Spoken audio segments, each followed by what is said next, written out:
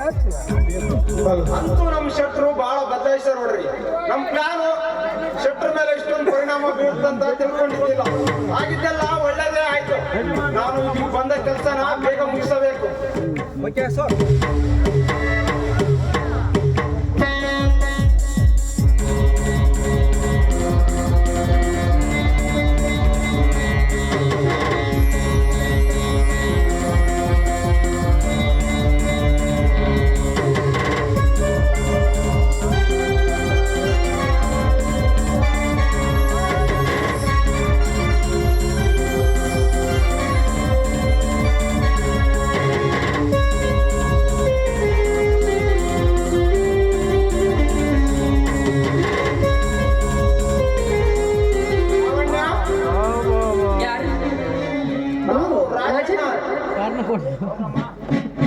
ನಾನು ನಿನ್ನ ಒಡ ಹುಟ್ಟಿದ ಅಣ್ಣ ರಾಜಣ್ಣನಮ್ಮ. ಸಂತೋಷವಾಗಿರುವೇನಮ್ಮ?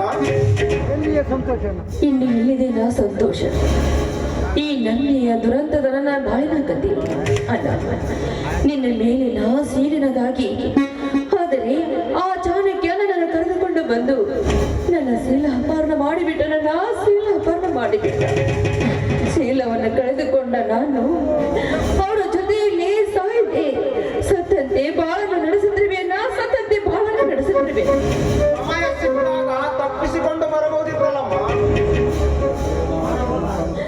ಮಾನವೂತ ಈ ನಿನ್ನ ತಂಗಿಯಿಂದ ತಿರುಗಿ ತವರಿನ ಕಣ್ಣಾಗಿ ಬಾಳಲ್ಲ. ಶೀಲವನ್ನು ಕಳೆದುಕೊಂಡ ನಾನು ಆದರೆ ಸಾಯದೆ ಇನ್ನೊಮ್ಮೆ ನಿನ್ನ ಮುಖ ನೋಡಿ ನಿಜ ಸಂಗತಿಯನ್ನು ತಿಳಿಸಬೇಕೆಂದು ನಾನು ಬದುಕಿರುವೆ. ಅಂದರೆ ನಿಮ್ಮಿಬ್ಬರ ಪ್ರೇಮದಾಟವನ್ನು ನಾನು ಇದೇ ಊರಿನಲ್ಲಿ ಕಂಡನೇ ಅಲ್ಲಮ್ಮ. ಇಲ್ಲ, ಅದು ಪ್ರೇಮದಾಟವಲ್ಲ, ಕಣ್ಣೀರಿನ ನಾಟ್ಯ. ಅಷ್ಟೇ ಅಲ್ಲದೆ ಅವನು ಕೈಗೊಂಬೆಯಾದ ನಾನು ನನ್ನ ಮಾತನ್ನು ಕೇಳದಿದ್ದರೆ ನಿನ್ನ ತಾಯಿಯನ್ನು ಕೊಂದಂತೆ ನಿನ್ನ ಅಣ್ಣನನ್ನು ಕೊಲ್ಲುತ್ತೇನೆಂದು ನನಗೆ ಬೆದರಿಕೆ ಹಾಕಿದ. ಅದೇ ಸಮಯದಲ್ಲಿ ತಾಯಿಯನ್ನು ಕಳೆದುಕೊಂಡ ನಾನು ನಮ್ಮ ವಂಶದ ಜ್ಯೋತಿಯನ್ನು ಬೆಳಗಿಸಬೇಕೆಂದು ಅವನು ಹೇಳಿದಂತೆ ಆ ನಾಯಿ ಜೊತೆ ನಾನು ಬಾಳುತ್ತೇವೆ. ಇದೆಂತ ಸತ್ಯಗ್ರ ಸ್ಥಿತಿಯಲ್ಲಿ ಸಿಕ್ಕಿಬಿದ್ದೆಯಮ್ಮ ನೀನು.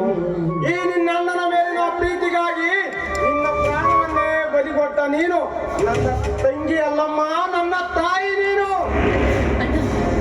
ಅಷ್ಟೇ ಇಲ್ಲದ ಆ ದುಷ್ಟ ಜಾನುಟ್ಟ ನನ್ನ ಸುಖವನ್ನು ಉಂಡಿದಲ್ಲದೆ ಮತ್ತು ಆ ನಾಗರಾಜನ ಸರ್ವ ಸಂಪತ್ತನ್ನೇ ಅಪಹರಿಸಿಕೊಂಡ ನೀಚ ಚಾಣಕ್ಯ.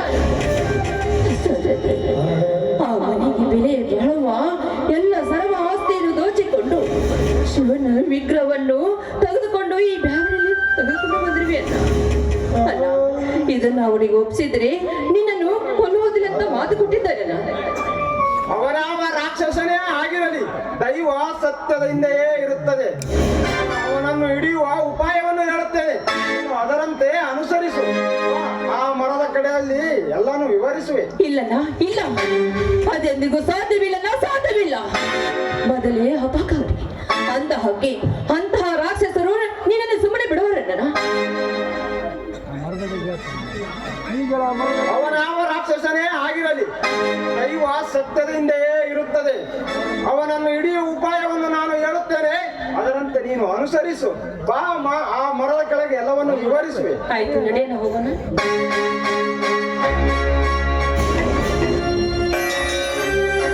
ಆ ಮಾತಾಯಿ ದ್ಯಾವಮ್ಮ ದೇವಿಯ ಕೃಪಾಶ್ರಯದಿಂದ ಎಲ್ಲ ಕ್ರೂರ ಸನ್ನಿವೇಶಕ್ಕೆ ವಿಘ್ನವಾಗಿ ಬಂದಿದ್ದು ಅತ್ಯಂತ ಮದುವೆ ಸಂಭ್ರಮದಲ್ಲಿ ನೆರವೇರಿದು.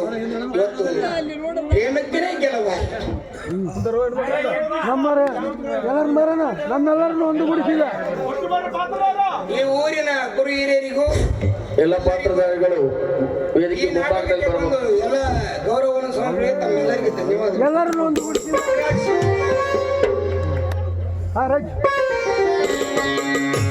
ಜಯ ಜಯ ಗುರು